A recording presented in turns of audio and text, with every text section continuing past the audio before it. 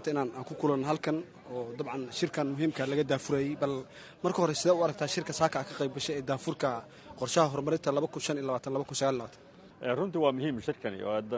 dawlad inay qorshe lahaato waa lagama maarmaan marka dawladda Jubbaland inay diyaariso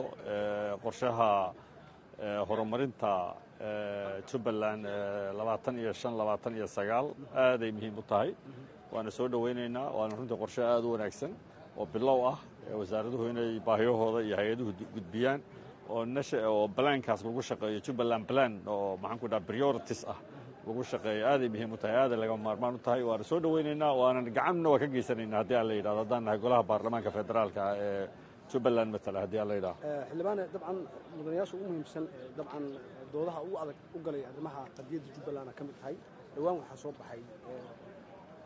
warmurtiyeeda soo saartay Jubbaland soo saartay wadatasha soo saareen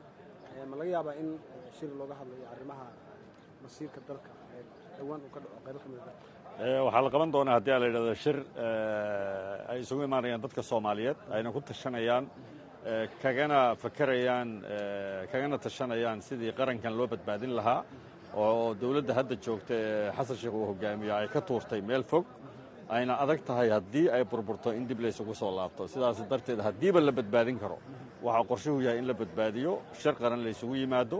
meeshii lagu qaban lahaa iyo xilliga la qaban lahaa discussionkii ugu dambeeya ka socda waxaana rajaynayaa shirkaasi inuu qabsoomo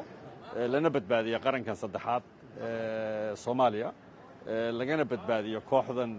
shirkadda ah ee aad aragteen shacabkii Soomaaliyeed runtii gabdhaha ooyaya agoonta cabaadaysa guryaha la burburinayo cagafta la gelinayo masaajidada laga dhisayo inta la dumiyo laga dhisayo hoteelo meeshii ay laga dumiyay wax la reebay aanay jirin dalkii oo maxaan ku idhaahdaa dibadii safaaradihiina la soo gatay gudihiina iminka la gadayo xabaalihii la gadayo everything is for sale dadka haray in dadka la gada bas hadda wax kale oo haray ma jirto baarlamaanka awoodda ugu dambeysay iskale dabcan wali ka fadhigi waa xiran yahay lama furin ujeedooyinka ka dambeysay in baarlamaanka isku xirnaan baarlamaanka haddaan nahay caqabad xoog laana haysata caqabadaasina waa guddoonka horena waa u sheegay guddoonkii ayaa wuxuu noqday